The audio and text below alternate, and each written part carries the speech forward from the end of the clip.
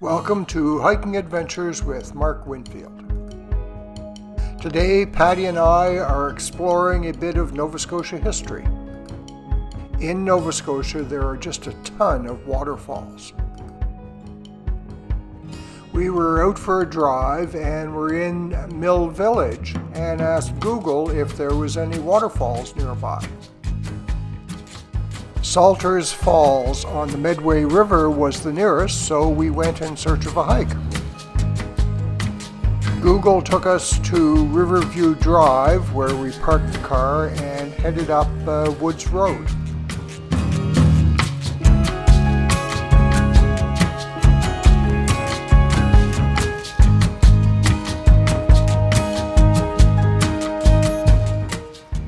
We soon came to a fork in the road by this abandoned building and decided to go left, and that took us into the woods away from the river. After hiking in the woods for a while, we retraced our steps and came back to the abandoned building and headed up the road along the riverside.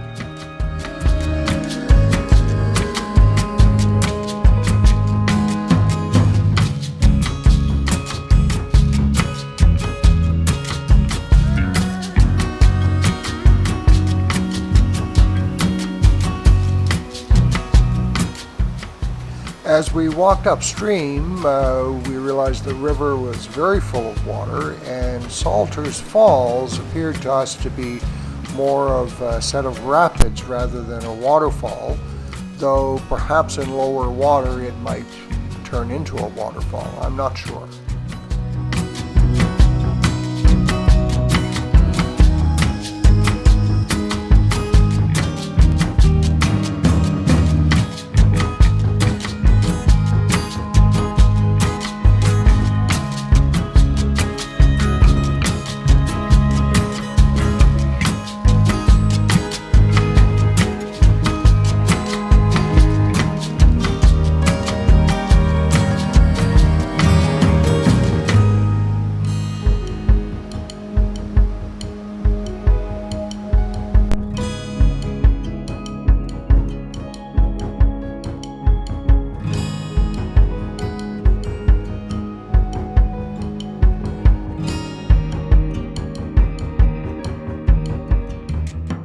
As we walked upstream, we realized that we weren't actually on the shore of the river, the Medway River. Rather, we were walking along what appeared to be a man-made channel parallel to the river. We came across the remnants of a water system like this small dam and became curious as to how this whole system that we'd come across had gotten there. We did some research and found out that the Nova Scotia Wood, Pulp and Paper Company mill, which is the remnants of what we were looking at, was built in 1881 and was one of the first pulp mills in the province, and it was located on the site of earlier mills at Salters Falls, which dated back to the mid-1700s. The mill burned down in June of 1903, but it was quickly rebuilt, and the pulp produced at this mill was taken by wagons and sleds downstream to Port Medway, where it was loaded onto ships and taken to the United States.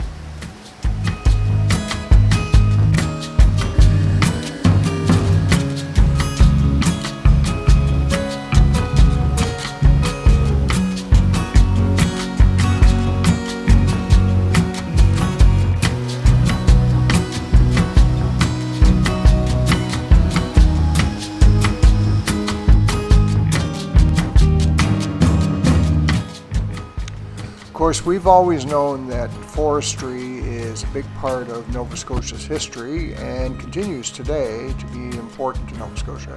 But the research also told us that the area apparently had a bit of a gold rush at one point, and we'll have to go looking for that sometime.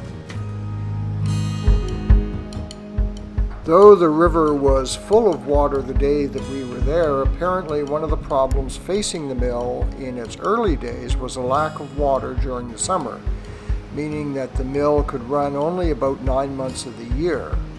And in 1916, a dam was constructed, creating a pond to store water. Now, we couldn't see any evidence of that, but perhaps we weren't looking in the right place.